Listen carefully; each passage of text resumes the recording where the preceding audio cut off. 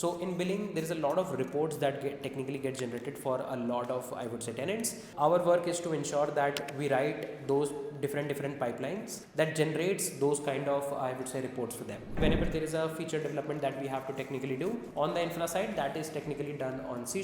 Database behind the scenes is Microsoft SQL Server. All of these pipelines are very crucial pipelines for the revenue generation from the Bing ad side. I would say active enough, or I would say robust enough, that none of these pipelines actually fail. Apart from that, from the infrastructure needs, we also ensure that whatever feature deployments are actually going, we have all of those properly tested with respect to the scale that we have to handle, rolling out new type of ads altogether and so on. But those are separate pods altogether. I believe the overall work pressure in my team is generally on the decent side. It's not too much, it's not too less. Collecting the data from a lot of different resources, refining that data, generating meaningful output out of it. So it's more like the ETL pipelines are there, but it's just that the scale and the amount of pipelines is humongously high, so we have a dedicated team to handle all of that. Before moving forward, I would like to tell you about our brand new offering at Algocamp around the advanced Spring Boot backend development cohort.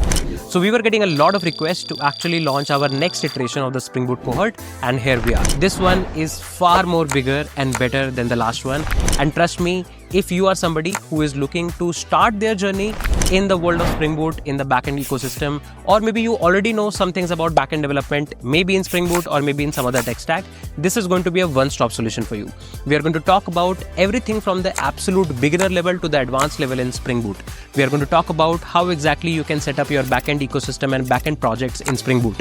We are going to take a microservice-driven architecture and build different projects, including an Uber app, including Airbnb app, payment wallet like Paytm wallet app, and many more. We are going to talk about how exactly microservices can actually communicate with each other in synchronous and asynchronous fashion. We are going to see a lot of interesting microservices pattern like CQRS pattern, Saga pattern for distributed transaction, how you can implement Saga pattern through orchestration and choreography, how Saga pattern is going to help you with respect to the implementation if you compare that with two-phase commit, how you can implement each one of them, what is the outbox pattern, how exactly event sourcing is going to work, how you can integrate Kafka for your event sourcing, and whatnot. We are going to see so many interesting database concepts like how exactly NoSQLs are internally implemented using LSM trees, what are write-ahead logs, how you can replicate your databases, how you can shard your databases, how you can design a good database schema, and whatnot. All the topics that we are going to cover must be listed in front of you on the screen here. What I can say is that this course is going to be one-stop solution to become an advanced backend engineer in Spring Boot. This is definitely going to demand some good time commitment from all the students who are interested, but trust me, this is going to be one hell of a ride. So what are you waiting for? Do check out the link in the description section below and read the complete end-to-end syllabus of what we are going to cover in the Spring Boot cohort. You can actually use the coupon SPRING2025 to get maximum possible discount on the course, and I'm really excited to see you guys in the cohort. Right? Do check out the link description section below, and let's get back to the video. So a lot of people actually ask me in the comment section below that what I actually do as a software engineer at Microsoft. I recently posted a video around most of the time, let's say if you join Microsoft as a software engineer, how's the overall dev ecosystem actually like? But I never talked about what actually I work at and what are the projects that I'm generally involved with. So in this particular video, I'm going to throw some light around the tech stack and what kind of work I'm actually involved at Microsoft as a software engineer. So without any further ado, let's just start. But before starting the video, if you have not yet subscribed to the channel, do consider subscribing it and hit that bell icon so that you never miss a video on our channel. So let's just start. So specifically at Microsoft, a lot of my work involves or I would say revolves around data engineering aspect, right? My work involves around writing a lot of I would say pipelines that are going to, let's say, collect the data from a couple of resources, do some analysis on top of it in order to generate a lot of reports. So I am part of the Bing Ads billing infrastructure team. So our team ensures that whatever is the requirement for the billing infrastructure of Bing Ads, we build that. So in billing, there is a lot of reports that technically get generated for a lot of, I would say, tenants. So our work is to ensure that we write those different pipelines that generates those kind of, I would say, reports for them. That's kind of like the major part. Apart from that, we also contribute to any kind of like infrastructure related requirement that is there in order to run these pipelines altogether. Now the nature of these pipelines are as such that these pipelines can be either running in, let's say, PySpark, or they might be running is in Azure Cosmos. A lot of people think that Azure Cosmos is a database, but apart from database, Azure Cosmos also provides you kind of like a pipeline running a kind of like an infrastructure as well. So talking about the tech stack, whenever we are working with PySpark and PySpark related pipelines, of course the majority language is Python. And in I would say Cosmos environment, Cosmos has its own language that is called as Scope script, which is very close to actual SQL altogether. Apart from that, whenever there is a feature development that we have to technically do on the infra side, that is technically done on C#, and the database behind the scenes is Microsoft SQL Server. That is important. Apart from that, for let's say data lakes and data warehouses, we have all the Azure services using which we actually dump all of the corresponding data. And for DevOps, of course, there is Azure DevOps that is going to handle all of the deployments and the pipelines that we have to technically run. So this is what the tech stack actually looks like. So now talking about, like, I can drop a few details that is a common knowledge right around my work. So for example, let's say there are generally a lot of data sources. What we technically try to do is we try to load a lot of data from these data sources and try to generate reports for different requirements. Now these requirements can be, let's say, to generate sales related data, to generate revenue related data, and so on, that a lot of different I would say upstream services technically use. Now when the interesting part comes into the picture, that we have to not just write these pipelines, but we also have to maintain the infrastructure that is going to run these pipelines altogether. So all of these pipelines are very crucial pipelines for the revenue generation from the Bing ad side.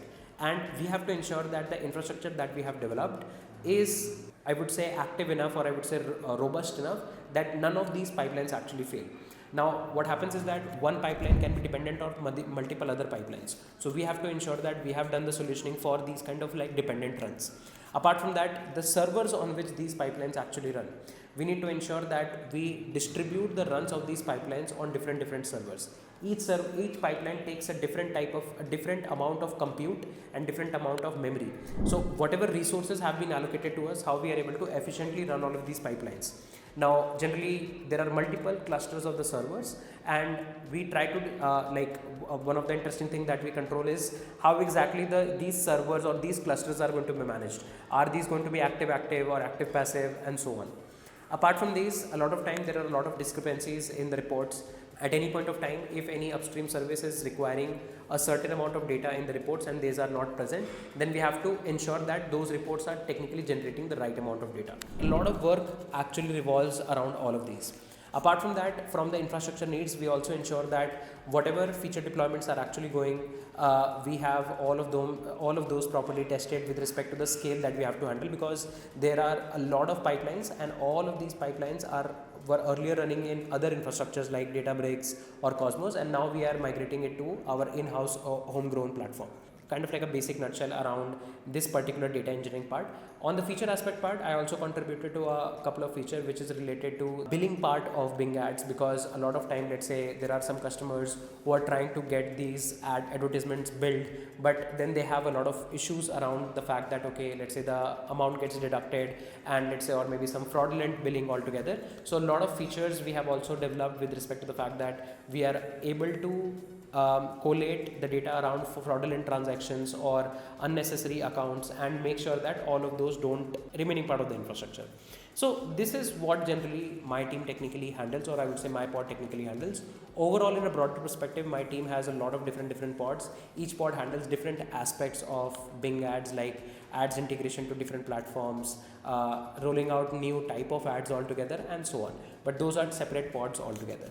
This is what technically majorly my own pod actually does. I believe the overall work pressure in my team is generally on the decent side. It's not too much, it's not too less. It's just that a lot of times we have some cutoff, that a few pipelines that were not ready at this point of time and is required by the upstream services. We have to complete those on priority. So we generally do divide the task in a way that they are prioritized in different way, and each one member of the pod has actually taken responsibility of a couple of pipelines.